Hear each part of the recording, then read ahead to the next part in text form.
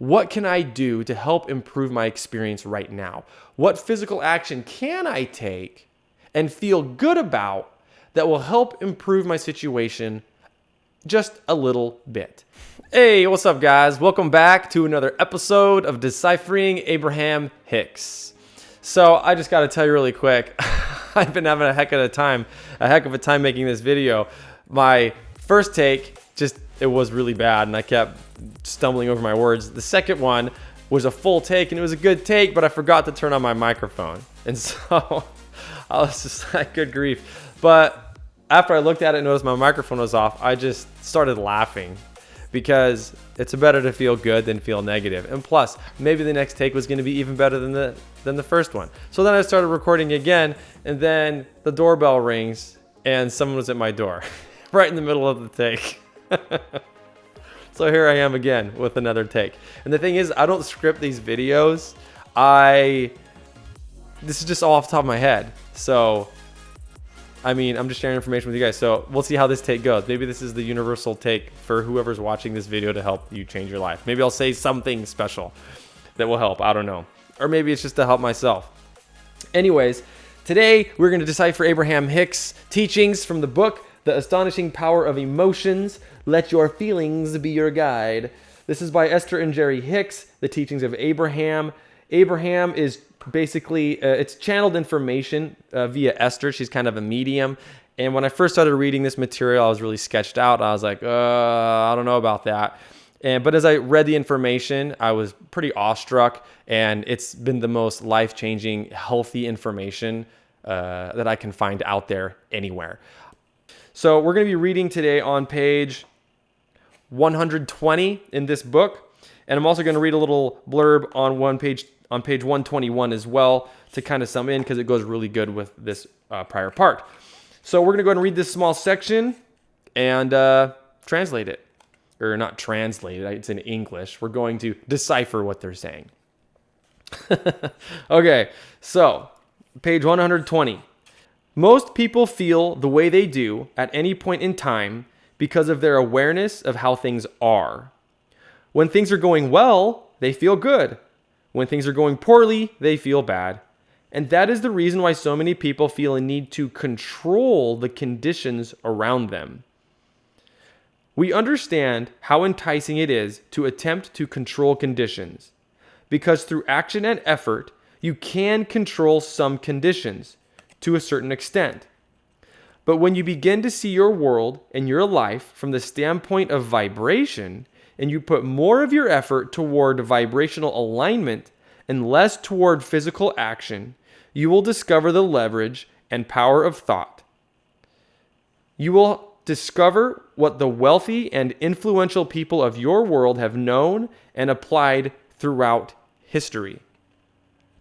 And then on page 121, it says, this one sentence, remind yourself that you are where you are, and that is fine. And I bring that sentence in because we're going to be talking about how to take action from a place of alignment rather than control.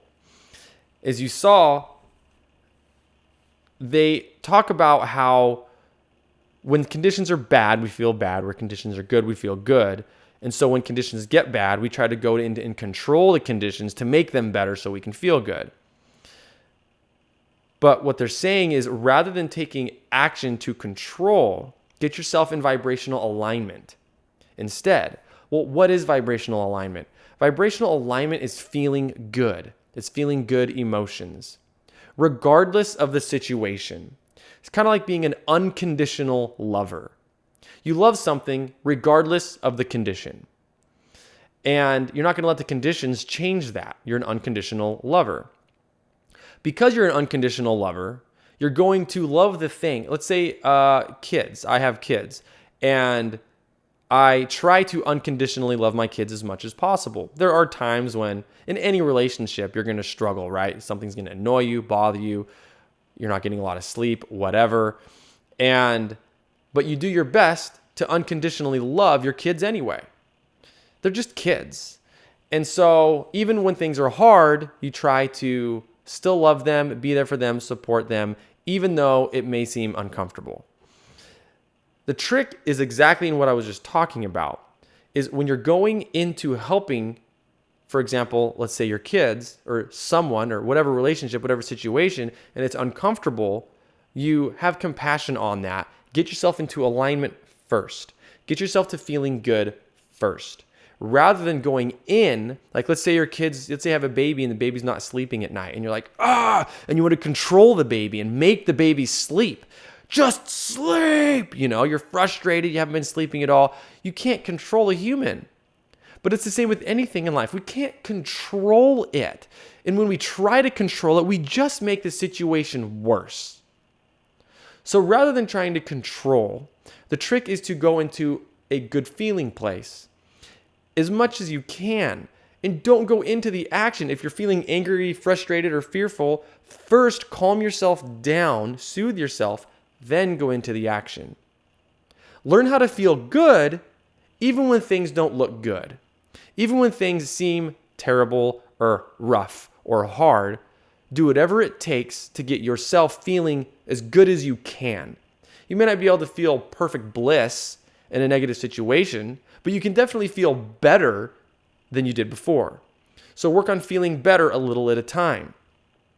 This is the technique, like they say, that the super wealthy and super successful and influential people of the world use.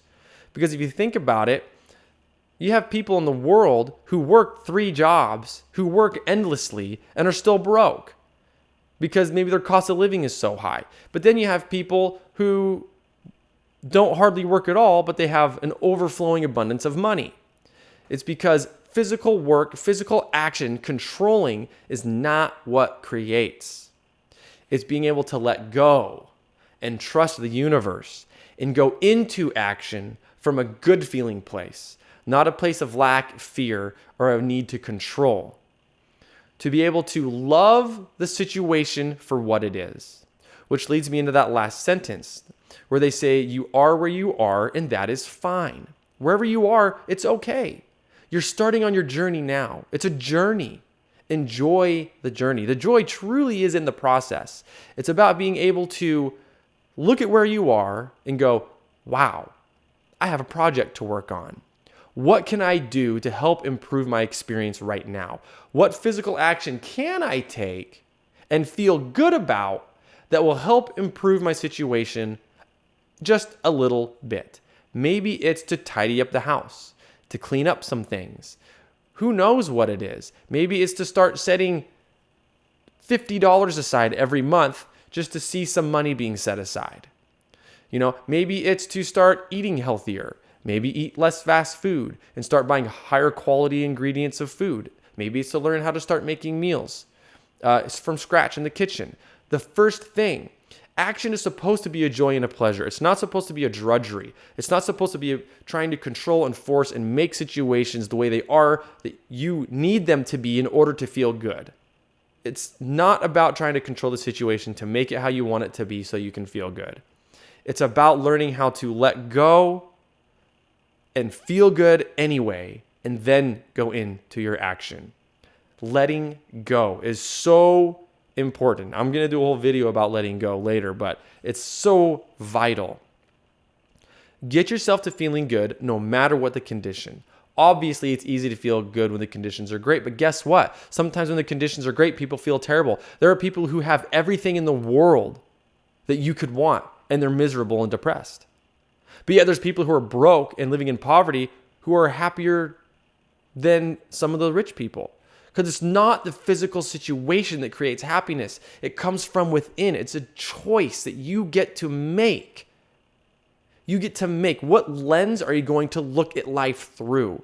Choose to put on the lenses of opportunity and excitement and fun. It's a journey. Enjoy the journey.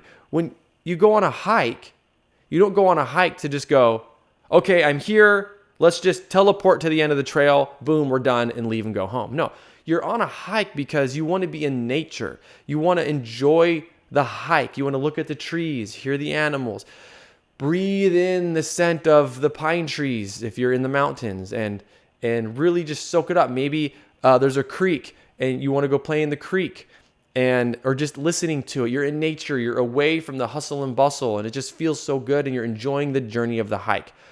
Life is the same way. We came into this physical body to experience the journey, to experience the hike. That's why you came. So do your best to enjoy the view. Sure, when you're on a hike, it's not all rainbows and bunnies. There's mosquitoes, and there's annoying bugs, and there's wasps that might be flying around, or other things that you don't want to see. Maybe there's a patch of burnt area that's not so beautiful, but you don't care. You appreciate it anyway. You're so focused on having a joyous hike that stuff doesn't bother you because you're enjoying the hike so much. It's the same with life. Yeah, there's always going to be things that are not pleasant to look at, but there's always going to be things that are pleasant to look at, and opportunity and growth. Enjoy the hike as much as you possibly can. So, recapping, let's not try to control the situation to make it be what we want it to be so that we can feel good. Let's let that go. Observe the situation as it is. You are where you are, and go, hey, this is okay.